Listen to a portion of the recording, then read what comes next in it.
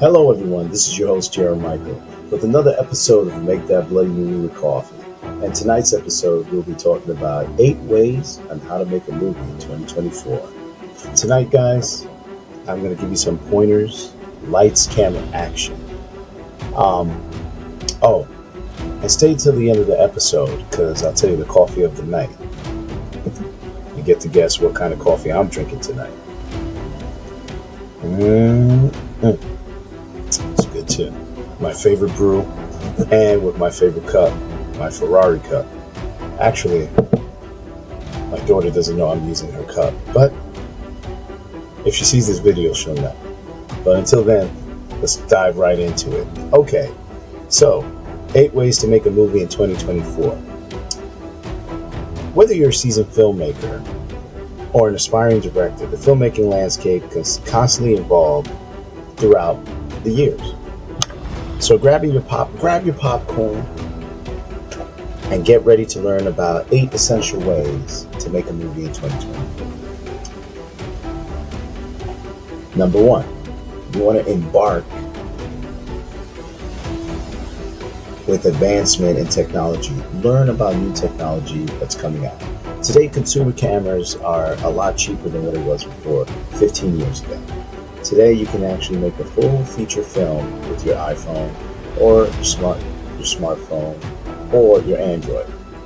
Or you can buy one of those cameras, consumer cameras that you've seen, for $2,000, $3,000, and actually they got great quality cameras that shoots just like a Hollywood movie. So when you're going on this journey of making a movie, you want to embrace the virtual productions. You know, with advancements of technology, virtual production techniques have revolutionized filmmaking. From utilizing virtual sets, green screens, blue screen, and incorporating CGI characters into them, filmmakers now can make their own movie straight out of their house, basement, friend's house, or home. I know that sounds like a run-on, but, I figured, this is my first live video, because usually I do audio, so bear with me, guys. Second way is crowdfunding campaigns.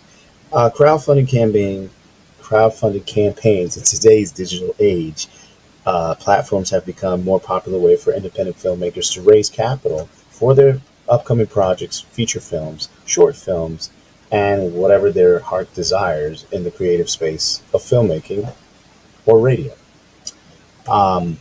Utilize these platforms and connect with other people so they can support your dreams and your desires.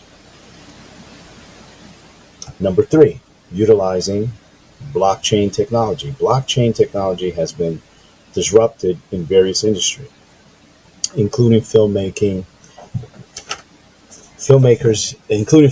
By utilizing blockchain technology, you can finance and distribute and copyright protection. Filmmakers can streamline the production process and ensure transparency, security throughout.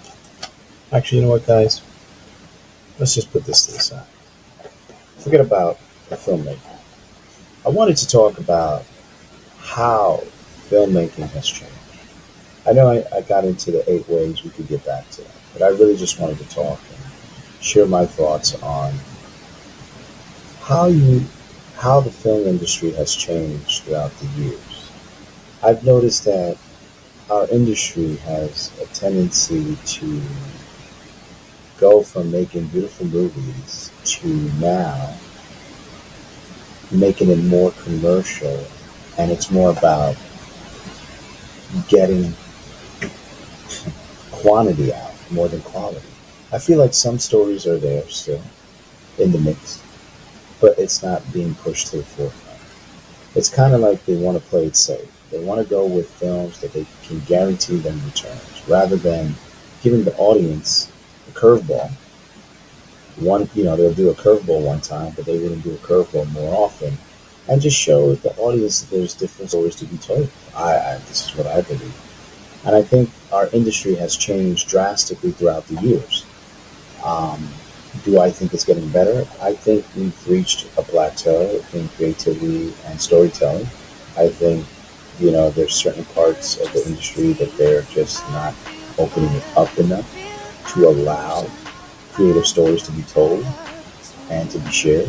And I think in reality, we as all creative people should be given a voice. And because of technology, because of the internet, it has given us the chance to express who we are and tell our own stories without the big corporation holding us back from sharing our insights. And I think that's a beautiful thing. Now that we have the tools to do that, there's no excuse. Everybody wants to make money. Obviously, at the end of the day, it's a business, just like any other business. But you got to crawl before you can run. And so when you find a group of people that believe in your vision and your passion, and you create a story that you want to express to the world, everything else will follow. It's a process. And I think we step away from that process, that passion, and that desire to tell a good story. I mean, come on, ladies and gentlemen. We stepped away from that. It's more about the dollars. But guess what? If we tell a great story, you're still going to make this. And I think a lot of egos and a lot of cockiness get in the way of this. So they sit there and they just say, oh, it's all about the money. Yeah, we know that. But if you tell a great story, you can make money. And I think that's my frustration is when I see so many sequels. There's certain movies you don't need to make sequels because a standalone movie is perfect. But if you're going to make a sequel, it got to be interesting. And I think sometimes it's just that story being dragged out and it's not giving enough emotions to the audience to really feel and connect with the characters. And I'm not saying all franchises are like that, but I'm saying that there's some that's it's just they're just trying to pull from the original and milk it, squeeze it to a point where they can't. They're trying to get juice out of something, get juice out of lemonade, but you squeezed up all the lemonades. I mean, come on. That's insane. Sometimes the lemonade has no more juice, and you just got to go with something else. And I think because of ego and pride, it doesn't allow these guys to say, hey, let's look at the bigger picture. So they stick to what they know. But guess what? There's always a Rocky that comes out of the shadows and say, yeah, you guys stick to the same way, but I'm going to get you with a southpaw punch that you never expect from me. And guess what? I can switch it to the right hand too. Guess what? It's the same thing with writers. You never know which way they're swinging, but then when they swing a certain way and they show you that there's other green areas you can look at, oh, now you guys get a little bit like, ooh, you see? Catch you off guard. That's what I'm trying to say is that a lot of writers there's a lot of talented writers out there, and I've been happen to work with one of them, which is Alex King, excellent writer, psychological thriller. He knows his shit. And he's one of those writers that get you with the southpaw, get you with the right hand, different styles.